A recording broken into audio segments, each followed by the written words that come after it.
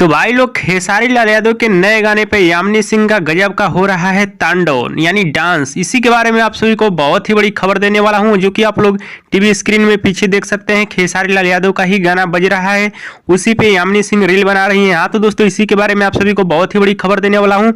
हाँ तो दोस्तों, इस वीडियो को लास्ट तक देखते रहें, और जो लोग मेरे चैनल को भी तो सब्सक्राइब नहीं किए हैं वो लोग कर लें, क्योंकि हमारे चैनल पर भोजपुरी के दबंग ट्रेंडिंग स्टार खेसारी लाल यादव जी का हर खबर सबसे पहले आता है। जैसे कि आप सभी को पता ही होगा, भोजपुरी के दबंग ट्रेंडिंग स्टार खेसारी लाल यादव जी का एक बहुत ही ब्लास्ट गाना आप सभी के बीच आया है, जिस ब्लास्ट गाने का नाम है हसीना।